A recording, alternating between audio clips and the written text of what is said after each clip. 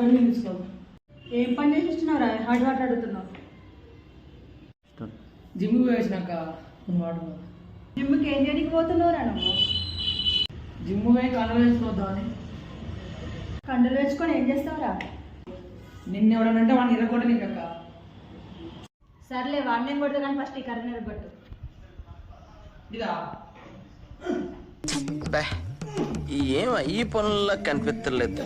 పైగా ఫిజికల్ గానీ మెంటల్ గానీ స్ట్రెయిన్. కట్టిన ఇరగొట్టలేకపోతున్నా వాడిని కొడుతున్నా అంటే వీడు జిమ్ పోతున్నా అంట. వీడికంటే హాట్ వాటర్ హాట్ వాటర్.